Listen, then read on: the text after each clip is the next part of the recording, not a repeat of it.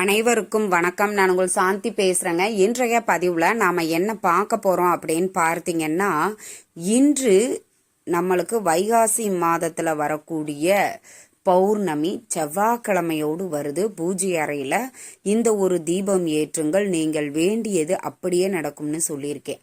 அப்படிப்பட்ட ஒரு சக்தி வாய்ந்த தீபத்தை தான் நான் உங்களுக்கு சொல்ல போறேன். இந்த தீபம் எப்படி ஏற்ற வேண்டும், எந்த நேரத்துல ஏற்ற வேண்டும் அப்படிங்கிறத நம்ம இந்த பதிவுல தெளிவாக பார்க்கலாம். வாங்க வீடியோக்குள்ள போகலாம். இப்போ பார்த்தீங்கன்னா, நம்மளுக்கு இன்றைய நாள் பௌர்ணமி செவ்வாய்க்கிழமையோடு வருவது ரொம்ப விசேஷம். பொதுவாகவே பார்த்தீங்க அப்படின்னா, இந்த பௌர்ணமியில அம்பாள் வழிபாடு அப்படிங்கிறது ரொம்பவே விசேஷமானது. அதே மாதிரி பார்த்தீங்க அப்படின்னா, செவ்வாய்க்கிழமையோடு வரக்கூடிய காரணத்தினால நம்ம முருகப்பெருமானையும் வழிபாடு செய்யறதுக்கு உகந்த ஒரு கிழமை அப்படிங்கிறதுனால முருகப்பெருமானையும் நாம வழிபாடுகள் செய்யலாம். அதற்கு அடுத்தது பார்த்தீங்கன்னா, நம்மளுக்கு பௌர்ணமி அப்படின்னாலே கிரிவலம் தான் ஞாபகத்திற்கு வரும். சிவபெருமானை வழிபாடு செய்வதற்குண்டான நாள். ஏன் பௌர்ணமியில சிவனை வழிபாடு செய்யணும் அப்படின்னு சொல்றாங்கன்னா, கிரிவலமும் ஏன் நம்ம போகணும் அப்படின்றாங்க அப்படின்னா, இந்த நிலா சந்திரன் பார்த்தீங்கன்னா நல்லா பிரகாசமாக இருக்கக்கூடியவர். இவருக்கு ஒரு தோஷம் ஏற்பட்டது. அது தன்னுடைய அந்த பளபளப்பான அந்த இது தேய்ந்து கொண்டே போகக்கூடிய ஒரு சாபம் விநாயகர்கிட்ட இருந்து கிடைச்சது. இதை பூர்த்தி செய்வதற்கு அவர் போய் சிவபெருமான் கிட்ட, ஐயோ என்னுடைய தேகம் இப்படி மங்கி கொண்டே போகுது, என்னுடைய கலரு அப்படின்றப்போதான் சிவபெருமான் அந்த 3ஆம் பிறையை சந்திரனுக்கு சாப விமோச்சனம் கொடுக்கும் வழியாக அதை தன்னுடைய தலையில அவர் சூடிக்கொண்டார். இப்போ இந்த பௌர்ணமி நம்ம சந்திர பகவானை தான் வழிபாடு செய்கிறோம். அந்த நாள்ல அவருக்கு சாப விமோச்சனம் எப்படி கிடைத்ததோ, அதே மாதிரி சாபம் எப்படி நீங்கியதோ, சிவனை நாம வழிபட்டோம் அப்படின்னா நம்ம பண்ணின முற்பிறவில இப்பிறவில செய்த பாவங்கள் தோஷங்கள் ஏதாவது இருந்தா அது நிவர்த்தி ஆகிவிடும். அடுத்தது பார்த்தீங்கன்னா, பௌர்ணமி நாள்ல இந்த பிரபஞ்சத்துக்கிட்ட சக்திகள் நிறைந்து இருக்கும்.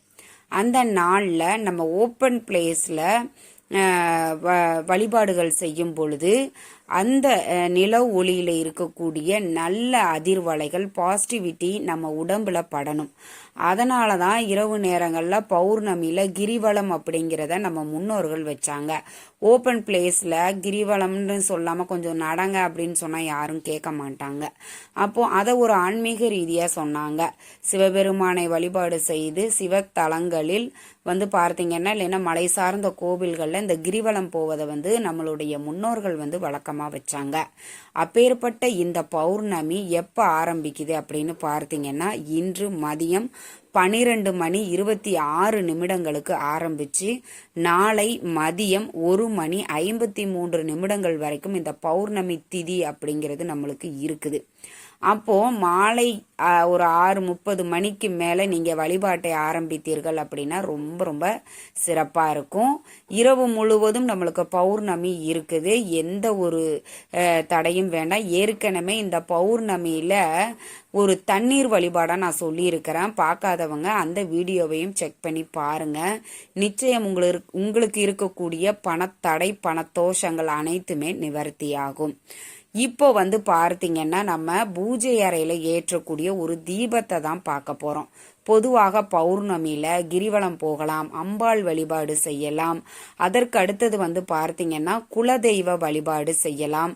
அடுத்தது பார்த்தீங்க அப்படின்னா, நம்மளுக்கு இஷ்ட தெய்வத்தையும் இந்த பௌர்ணமியில நம்ம வழிபாடுகள் அனைத்துமே செய்யலாம். முருகப்பெருமானை வழிபாடு செய்யலாம். பௌர்ணமியில பார்த்தீங்கன்னா, இவ்வளவு விஷயங்கள் நம்ம வழிபாடு செய்வதற்கு ரொம்ப ரொம்ப உகந்த ஒரு திதி அப்படின்னா இந்த பௌர்ணமி.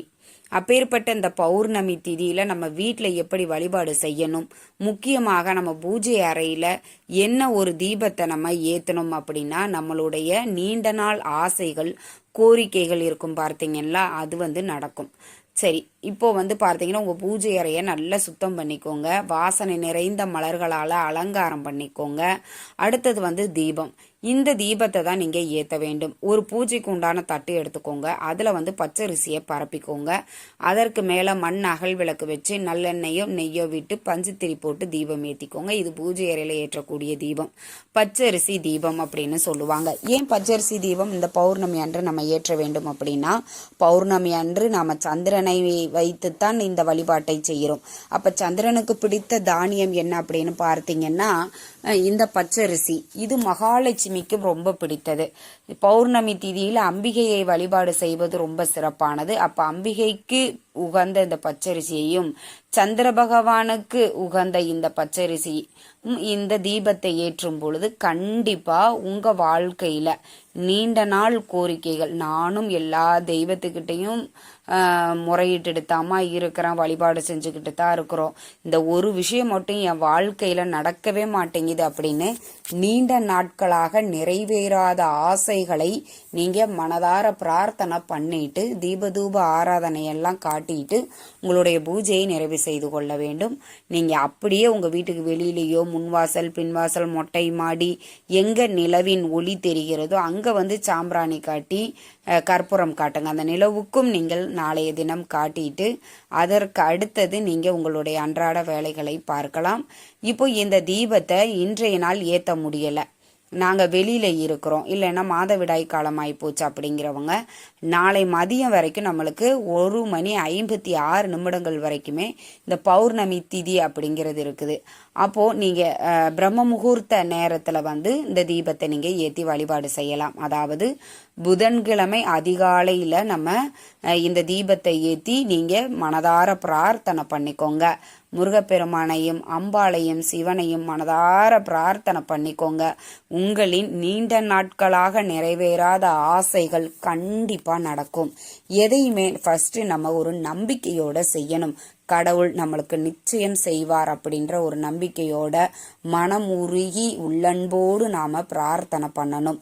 நீங்க வைக்கக்கூடிய கோரிக்கையுமே ரொம்ப நியாயமானதாக இருக்க வேண்டும். நிறைய பேர் என்ன நினைக்கிறாங்க, கோரிக்கை அப்படின்னா எனக்கு ஒரு 10 லட்சம் பணம் வேணும், எனக்கு ஒரு 1 கோடி பணம் வேணும் அப்படின்னா வேண்டுன உடனே கிடைச்சிருமா அப்படின்னா அப்படியெல்லாம் கிடைக்காது. நீங்க வேலை செஞ்சாதான் பணம் கிடைக்கும், உழைப்புக்கேற்ற ஊதியம். நான் எது நடக்கும் நிறைவேறாத ஆசைனா, நிறைய பேருக்கு சொந்த வீடு கட்டணும் அப்படின்னு ஆசை இருக்கும், அதற்கான முயற்சிகளை எடுத்துட்டு இருப்பாங்க. அதற்கு சில தடைகள் வந்து கொண்டிருக்கும். அந்த தடைகள்லாம் நிவர்த்தி ஆகி லோன் சாங்ஷன் ஆகி அவங்களுக்கு சொந்த வீடு கட்டக்கூடிய யோகம் கிடைக்கும். சிலருக்கு குழந்தை பாக்கியம் கிடைக்காம போயிருக்கும். அவங்க வந்து கடவுளை பிரார்த்தனை பண்ணினாங்கன்னா குழந்தை பாக்கியம் விரைவிலேயே கிடைக்கும். இந்த மாதிரி தான் உங்களுக்கு வந்து பார்த்தீங்கன்னா நியாயமான கோரிக்கையாக இருக்கும் பொழுது கண்டிப்பாக அதை கடவுள் வந்து நிறைவேற்றுவார். நிச்சயம் இந்த பௌர்ணமியில தீபம் ஏற்றி உங்களுடைய குலதெய்வத்தையும் சிவபெருமானையும் அம்பாளையும் மனதார பிரார்த்தனை பண்ணுங்க. உங்களுடைய கோரிக்கைகள் வேண்டுதல்கள் கண்டிப்பாக நடக்கும். இந்த தகவல் உங்களுக்கு ரொம்பவுமே பயனுள்ளதாக இருந்திருக்கும்னு நினைக்கிறேன். வீடியோ பிடிச்சிருந்தா லைக் பண்ணுங்க, ஷேர் பண்ணுங்க, கமெண்ட் பண்ணுங்க.